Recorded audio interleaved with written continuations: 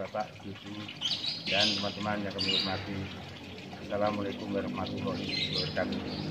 Pada pagi ini saya akan buat video dengan judul solarisasi tanah musim penghujan agar stabil pH dan kelembaban tanah. Sebelum video kami mulai, kami mohon bantuan Bapak, Ibu, dan teman-teman untuk like, share, dan subscribe. Dengan like, share, dan subscribe, kami lebih giat lagi membuat konten-konten yang lebih kreatif, serta Bapak, Ibu, dan teman-teman selalu mengikuti konten kreatif kami selanjutnya. Ikuti sampai tuntas dan jangan di-skip.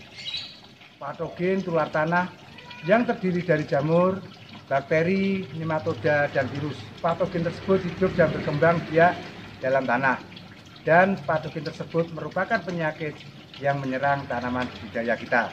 Manipulasi lingkungan tanah sekitar perakaran melalui solarisasi tanah merupakan cara pengendalian yang potensial. Solarisasi tanah adalah sebagai proses pemanasan tanah dengan menggunakan energi sinar matahari untuk menurunkan kelembapan tanah serta desinfektasi tanah yang menyebabkan patogen dalam tanah terganggu viabilitasnya, sehingga penyakit tanaman tidak berkembang.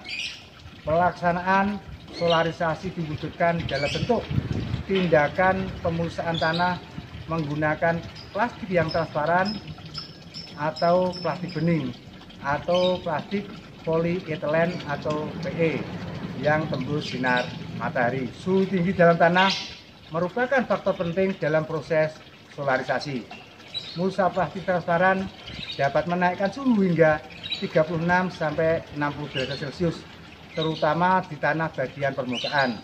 Warna plastik memengaruhi tingginya suhu yang dicapai pada proses solarisasi. Pemakaian mulsa plastik hitam perak dan perak untuk penanaman tanaman musim penghujan sebaiknya dihindari, sebab hanya memberikan efek panas hanya di permukaan saja, sehingga kurang dalam menjaga kestabilan pH tanah serta kelembaban tanah yang menjadi salah satu pemicu pertumbuhan tidak normal serta timbulnya penyakit. Menjadi salah satu pemicu pertumbuhan tidak normal serta timbulnya penyakit. Plastik transparan dapat ditembus radiasi matahari dengan persentase tinggi, yaitu 85% sampai 95%. Menurut penelitian Lamon tahun 2005. Selain meningkatkan suhu tanah, mulsa plastik transparan mampu menjaga pH tanah serta kelembapan yang ideal, yaitu pH 5,5 sampai 7 dan kelembapan 50 sampai 60%, sehingga pertumbuhan tanaman musim penghujan akan maksimal.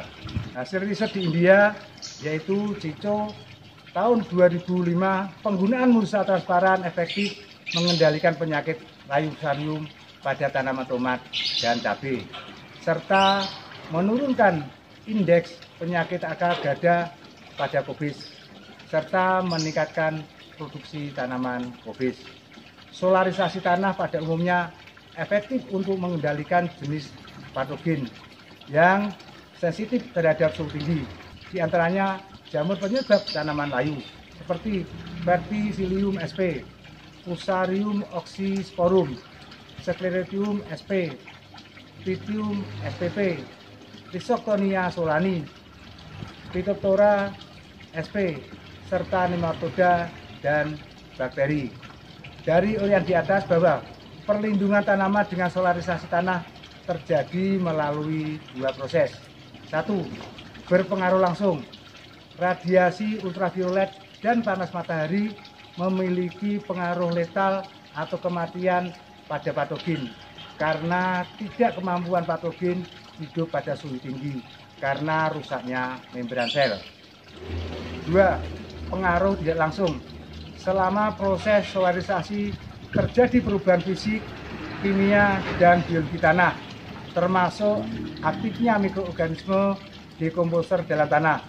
Selain itu, pada suhu tinggi memicu munculnya senyawa volatil yang bersifat racun pada patogen.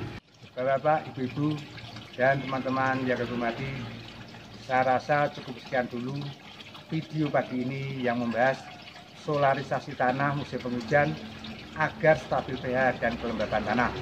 Tetap semangat dan fokus. Wassalamualaikum warahmatullahi wabarakatuh.